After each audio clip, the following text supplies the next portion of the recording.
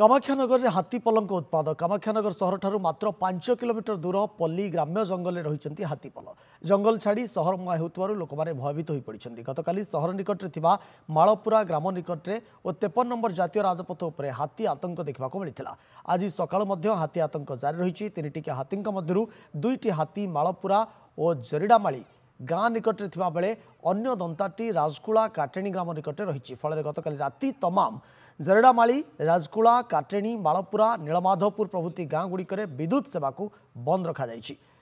One विभाग कर्मचारी माने राति सारा हाथी को घोड़ाइबा पई चेष्टा जारी रखिछन्ति।